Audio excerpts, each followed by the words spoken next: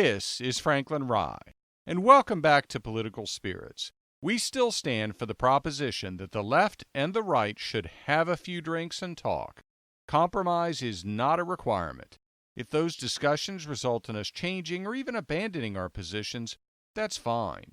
If they don't, that's fine too. We just need to talk to each other.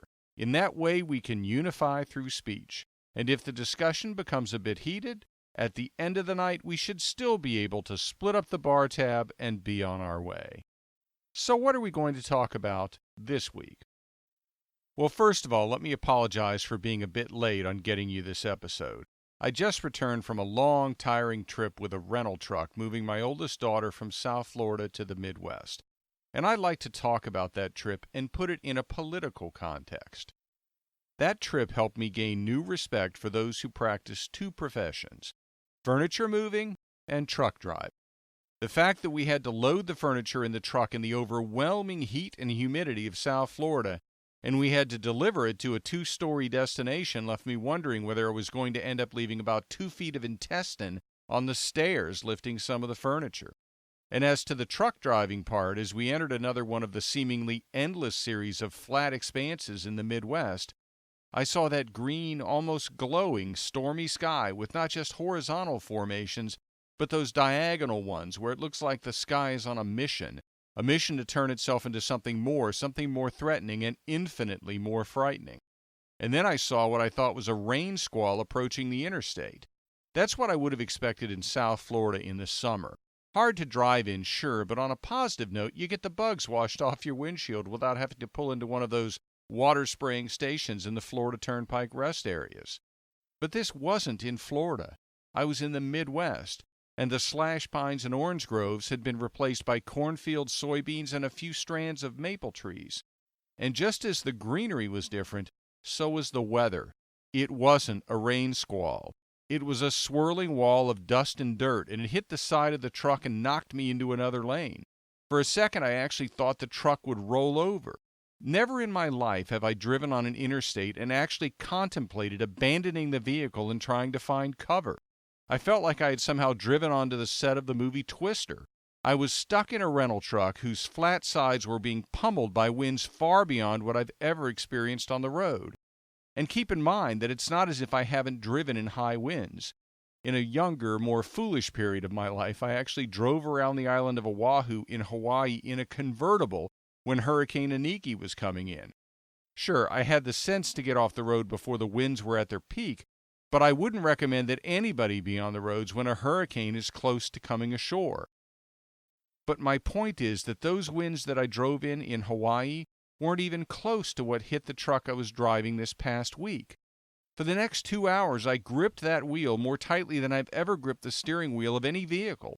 Luckily, nature's clear attempt at the formation of a tornado fell just short, and luckily, with some sore shoulders, I arrived at my daughter's new home, and she arrived safely as well, having fought the winds from her car. So why do I bring up this driving on a political podcast? Well, it reminds me of how much we miss when we travel by plane. Have you ever lived somewhere where the story is that the locals never patronize a particular tourist attraction? I know, for example, that there are lots of Floridians who never go to the beach. They never really appreciate how beautiful and special Florida's beaches are, or the fact that there are so many to choose from. I lived in Ohio for years, but while I was there, I never visited either Cedar Point or Kings Island, two of the most prominent ride-oriented amusement parks in America. I've now visited both of them, but only after I went back as a tourist. So why not fly? Well, you can fly, of course. It certainly is efficient. On this trip, I didn't have that choice because I had to drive a cargo truck full of furniture. But it reminded me again of how much you miss when you fly. Sure, you can look out the window and notice the interesting geometric formations and colors of the various interlocking fields of crops in the Midwest, intersected by enormous rambling rivers, but seeing it from road level is totally different. And this is probably proof that I have politics far too much on my mind. But you know what one of the thoughts was that ran through my head as we drove the Cumberland Plateau and the Highland Rim in Tennessee, past massive fields of corn in western Kentucky, and over the Tennessee and Ohio rivers, two of America's mightiest streams? the thought was that the Electoral College is brilliant. That creation which frustrates many who object to its obvious deviation from pure democracy helps ensure that a country this incredibly diverse, incredibly large, and incredibly powerful can hold itself together. Without it, the electoral process would be dominated by a handful of densely populated cities, primarily along the coasts.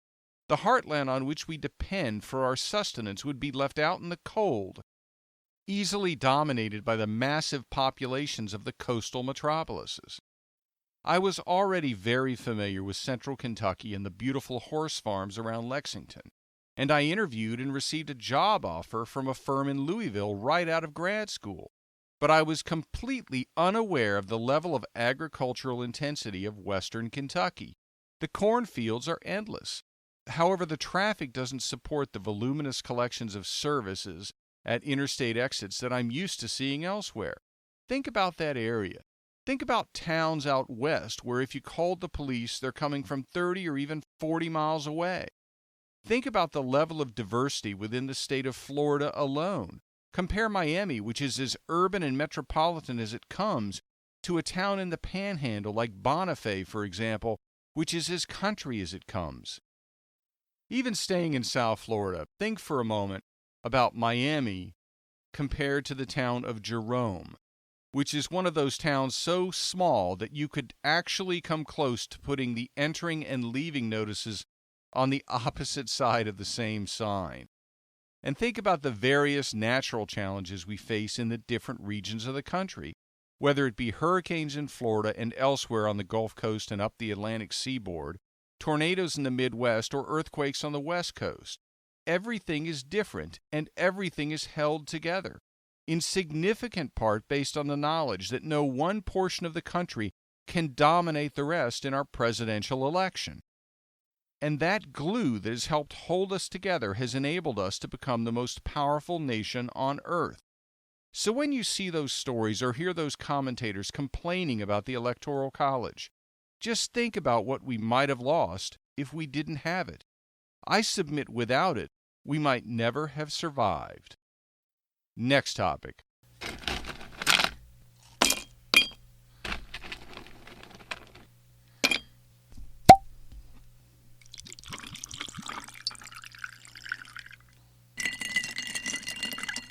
A journalist is attacked by Antifa.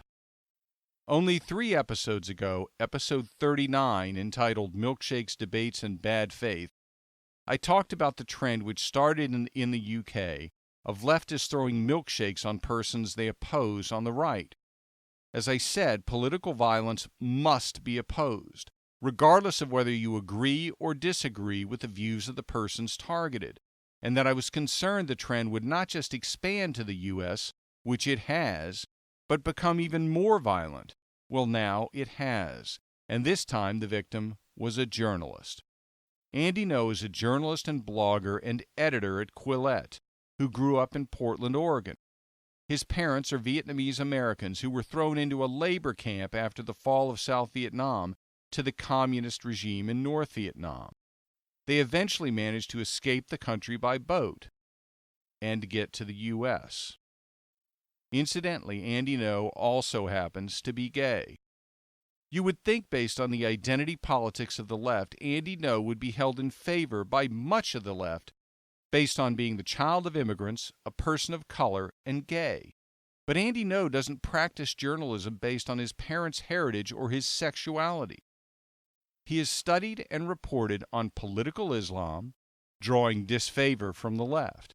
He has reported on hate crime hoaxes, including interviewing a professor, Wilfred Riley, who has written a book exposing the volume of hate crime hoaxes in America, drawing even more disfavor towards Andy Ngo from the left. And he has most prominently reported on political violence in the U.S., with a particular focus on Portland, Oregon, and Antifa. In that reporting, he's been extremely critical of Antifa. For example, he labeled it correctly, I and many others would say, as, quote, reactionary, anti-government, anti-American revolutionary movement that is also willing to use violence, close quote. That has drawn a great deal of disfavor towards Andy Ngo from the left, and announced targeting of him from members of Antifa. Now, think about the amount of hand-wringing from the CNNs of the world whenever President Trump or a member of his family criticizes CNN or other similarly incredibly biased news organizations by referring to them as fake news or otherwise challenging their value in our society. The allegation is that Trump is inviting violence against journalists. But there's never any actual call for violence against journalists. The reaction is based on basically being upset with being labeled fake and being treated with a lack of respect, which admittedly is pretty extreme by presidential standards, but that I would argue is not that much different from the lack of respect with which President Trump is treated by those same members of the media. So is that what we're dealing with here with Andy Ngo? No, not by a long shot. Andy Ngo was covering a protest in Portland, Oregon, and was physically attacked, punched with gloves with hard coverings over the knuckles, hit with flying objects, hit with milkshakes, spraying with some sort of liquid, and hospitalized as a result. He suffered bleeding from the brain, cuts, bruises, and a torn earlobe. His camera equipment was also stolen. So who did it? Well, the persons were dressed as Antifa members are dressed, with their faces covered with black handkerchiefs or masks, and many of them wearing black helmets. Did the police intervene? No. The police didn't arrive on the scene until well after the attack, and that's on par with the way the police in Portland have been handling these protests and Antifa. The allegation is that the mayor of Portland, Ted Wheeler, has directed the police to take a hands-off approach with Antifa. It should be noted that under local law, Mayor Wheeler is actually also the police commissioner. After the attack, the Portland police issued a statement indicating that they'd received reports that the milkshakes being thrown by Antifa were laced with quick-drying cement. Not only does that change the nature of the milkshakes as weapons by adding weight and eventually hardness, but also quick-drying cement is caustic to the skin. This is exactly what commentators in the UK, primarily on the right, said they feared would happen. What appear to be milkshakes are being altered with dangerous chemicals. In the UK, fears are being expressed that the milkshakes will be replaced with battery acid.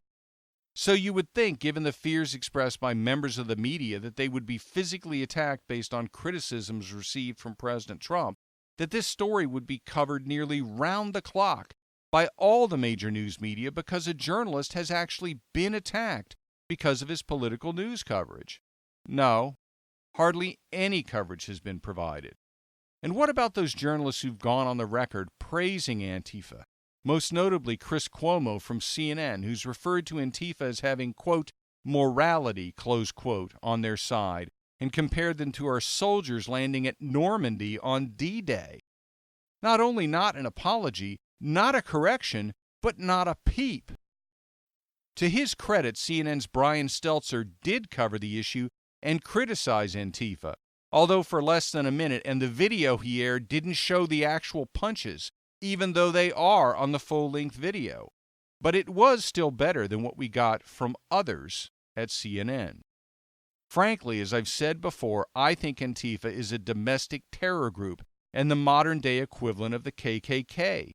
They use violence to achieve a political end, and they do it while wearing masks to conceal their identities. They use violence to try to prevent those who disagree with them politically from being able to engage in free speech. In the case of Andy Ngo, they use violence to prevent him from exercising his free speech rights as a journalist and blogger.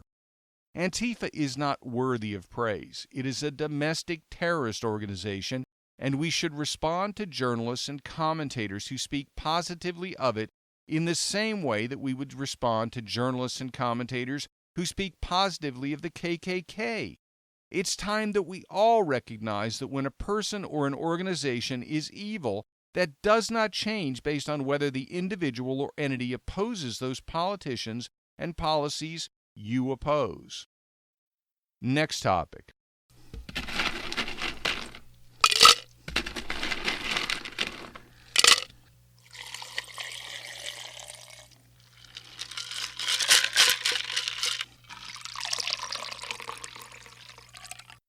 Western middle-class anger. You've heard me talk about the adverse effects on the country resulting from illegal immigration, including the stagnation of wages felt most acutely by the lower economic classes. You've heard me talk about how I support legal immigration based on the actual labor needs of the country rather than simply whoever is sufficiently desperate and physically capable of fording a stream, walking across the desert, or simply overstaying a visa. I've talked about the anger against the political class in America, and I've talked about similar issues faced in France, with the Yellow Vest protests that are in significant part the result of cost-increasing government regulations directed at climate change, and the shocking electoral results in Australia, which appear to be a reaction to those same sorts of regulations. I know I'm not alone in my assessment of the backlash against the political and bureaucratic class. I regularly read political commentary, as you might expect, and there is one commentator who I virtually always read whenever I see that he's released an article. He describes himself as a classicist and historian at the Hoover Institution, Stanford University. His name is Victor Davis Hanson. I've read a seemingly endless number of his articles, and I've watched many of his speeches on YouTube. He never disappoints. I want to mention an article he authored that was released on June 13 on RealClearPolitics.com, entitled "Why Are the Western Middle Classes So Angry?" It's well worth reading. Hanson pulls together the Trump election, the Yellow Vest protests, and the Australian election that I mentioned, and also the political moves of Southern and Eastern Europe away from EU orthodoxy, and the recent anti-EU tone in European elections. As Hanson describes it, the middle classes in the West are revolting against, quote, Western managerial elites, close quote. So what does he consider to fall within Western managerial elites? Quote, professional politicians, entrenched bureaucrats, condescending academics, corporate phonies, and propagandistic journalists, close quote. His argument? Basically that those members of the Western managerial elites adopted or facilitated the adoption of restrictions which made the Western middle class's lives more difficult, while the managerial elites were largely able to avoid the adverse impacts on their own lives. In that respect, he's undeniably right. As he points out, for example, quote, green policies were aimed at raising fees on and restricting the use of carbon-based fuels, but proposed greenbelt tightening among hoi polloi was not matched by a cutback in second and third homes, overseas vacations, luxury cars, private jets, and high-tech appurtenances, close quote. I can't help but think back to the coverage in the Washington Times, August 2, 2017 edition, in an article by Jessica Chasmere entitled, Al Gore's Nashville estate expends 21 times more energy a year than typical U.S. home, study says. That home was Al Gore's mansion in the Belmead section of Nashville, measuring in at over 10,000 square feet. As to immigration, Victor Davis Hanson points out that, quote, Western elites encourage the migration of indigent, unskilled, and often poorly educated foreign nationals who would ensure that government social programs and the power of the elites themselves grew. The champions of open borders make sure that such influxes did not materially affect their own neighborhoods, schools, and privileged way of life. Close quote. Add to that the trashing of our history, attempting to erase the memory of figures from our history that don't meet the current standards. If you can erase our history, those who wish to remake the West can avoid inevitable and favorable comparisons to the heroes of our past and their incredible successes, those same successes that have driven millions to our shores. Hanson predicts in the article increasing demands, quote, for the restoration of the value of citizenship, close quote. That is exactly what I've spent much of this podcast talking about, and I expect it as well. As I've said before, what is the point of democracy if the elected officials are not attempting to do what's best for the citizens of the country? We must restore that focus. And I'll be back next week with a focus on more political issues and maybe some history. So please join me and tell your friends about political spirits, including your friends in other states. And follow me on Twitter @Franklin Rye. This is Franklin Rye. Thank you for listening.